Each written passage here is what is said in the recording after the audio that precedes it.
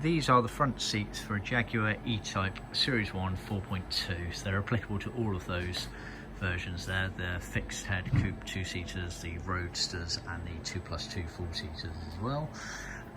It's a Series 1 4.2 because the seats tilt forward but they do not recline back, which was introduced further down the line. Also the materials used, moquette was always used on the back of the backrest and the retainer section here on the Series 1 4.2s. Another noteworthy point is that this border here on the very early cars was leather. Majority of the cars that was vinyl. We are going to be retrimming these are for a customer over in Germany, so see the other video for the trimmed up version of them. But yeah, these are tan leather, original stuff, obviously very faded in areas, falling apart literally at the seams. Moquette as well, you can see really does have issues with fading. This sort of section down here is probably a good area to look for, a bit more closer to the original stuff.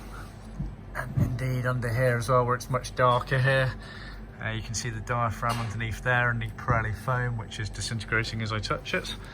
And then there'll be horsehair in the back here, as well as a lumbar strap, tacking strip there, and you get the webbings behind there, which I can actually feel with my hand there. So yeah, see our website for more details on trimming the seats.